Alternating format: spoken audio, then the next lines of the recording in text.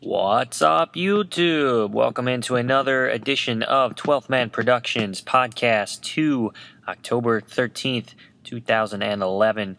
All right, we're going to be coming at you here with a couple of game reviews. I think I'm going to be doing game reviews for last week.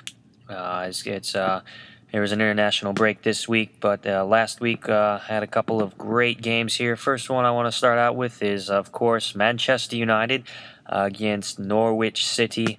This game was a little nervy if you're a United fan, and which I was. Watching this game, it was kind of frustrating from a United standpoint. United really didn't control too much on the attacking end, and Norwich City, you got to give them props, had numerous chances in the first and second half, and especially in the second half, they came out with dictating the pace and really just not letting United any space on the ball and just attacking very well. They weren't able to get the goal due to some poor finishing and some nice goalkeeping from Anders Lindegaard, but very, very good attack from Norwich City. Unfortunately for them, it only took a couple of minutes, only took a little bit into the second half before Manchester United were able to open up the scoring line. But despite that, we'll get into that in a couple of minutes. But first thing I want to talk about is Phil Jones.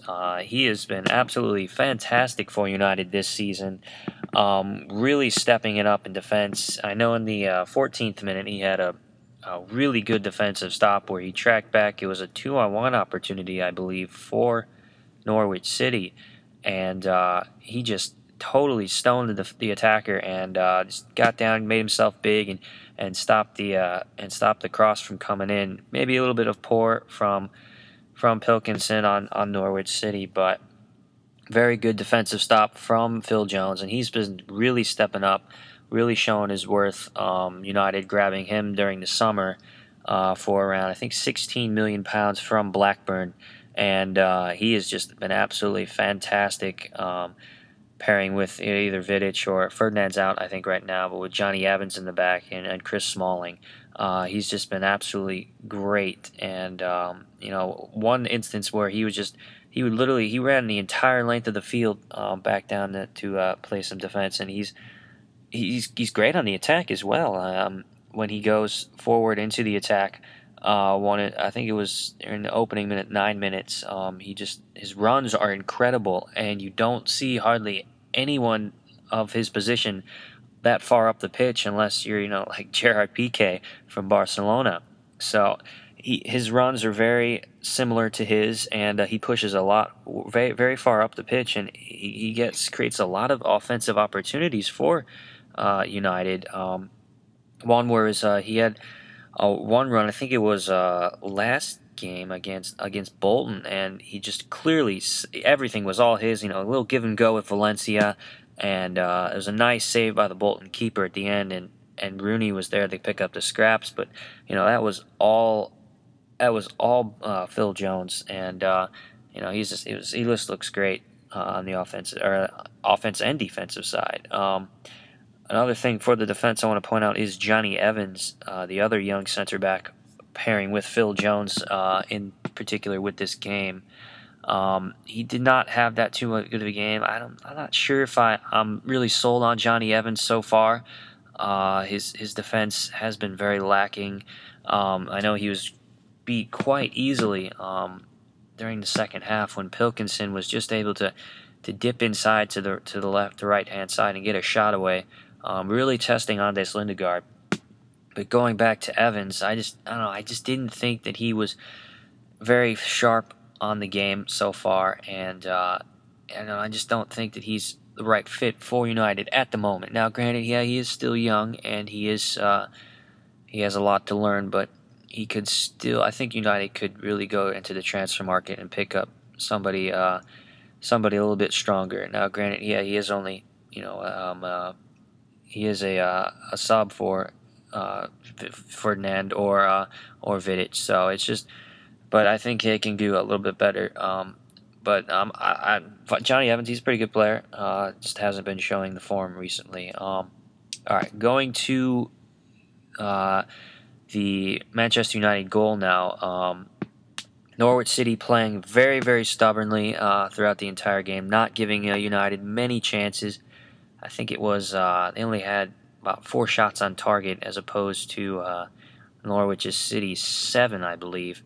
United dominated the possession, 68% of the possession. I mean that's expected from United. I mean you play, especially with a team against like Norwich City, you don't expect to see a lot of the ball. But Norwich played very well when they did get the ball. Like weren't able to capitalize. But going back to the opening goal for Manchester United, it was just poor clearance or lack of clearing the ball for Norwich City. 68th minute, ball swung in from a corner from Ryan Giggs, falls out to Valencia. Valencia puts a nice little header in, or a little cross in, sorry, and Rooney heads it on, and then Anderson's there just to finish the ball and tuck it away. I mean, pretty decent goal. Got to give it to him, creating that space around the 6-yard box to find that space and get the header in. But Norwich just really not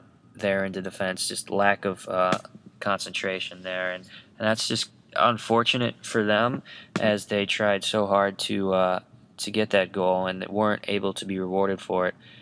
But Manchester United has just been a thing for them all season, or for actually that's just how they play. Really, it's just not giving up and being extremely patient when they need to, and taking their opportunities when they get it. And that was, I think, their first major opportunity of the whole game, really. And they took it very well. So good goal from Anderson, Fatty McFatterson, as some people call him. You can question the work ethic of him, and the fitness form of him. If you look at him, he looks kind of a little pudgy at sometimes, but he's a good center midfielder for United, and really stepping up and showing his worth at Old Trafford.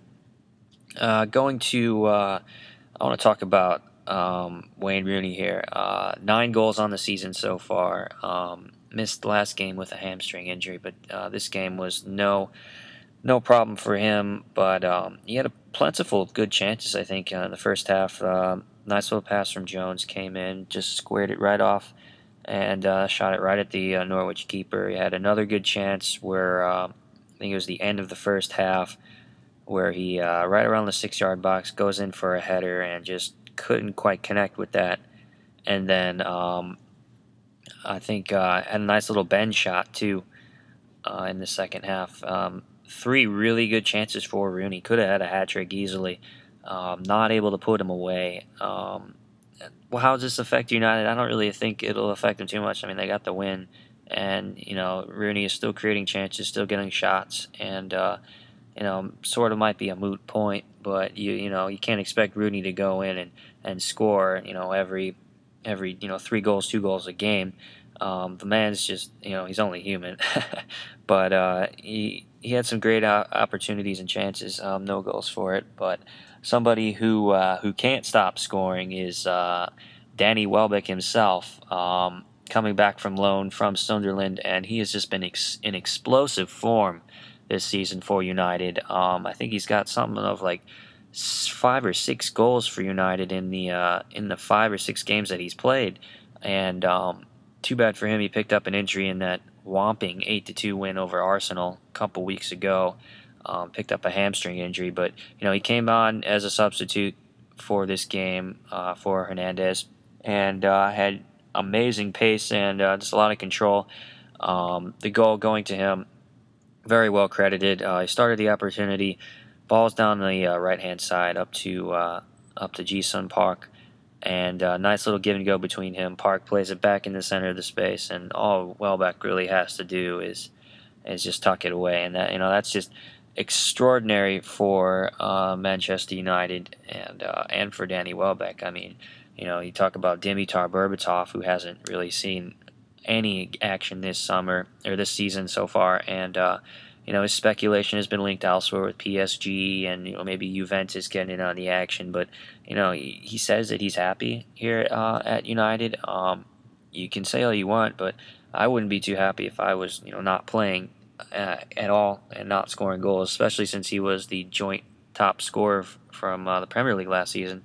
Carlos Tevez was the other one, and Tevez, we'll get into that probably late future podcast, especially the whole crazy fiasco with him. But if I was Berbatov, I would definitely try and seek a move elsewhere. Now, as a United fan, I would hate to see him move and to see him leave.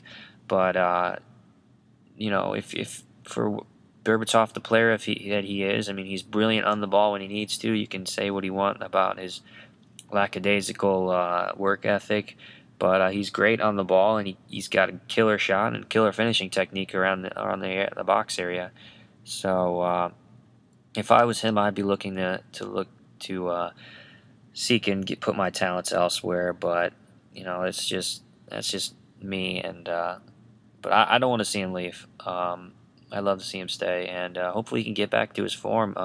Ferguson does say he has a role to play, so he will try and get back to his scoring form, and hopefully come back and do well so far.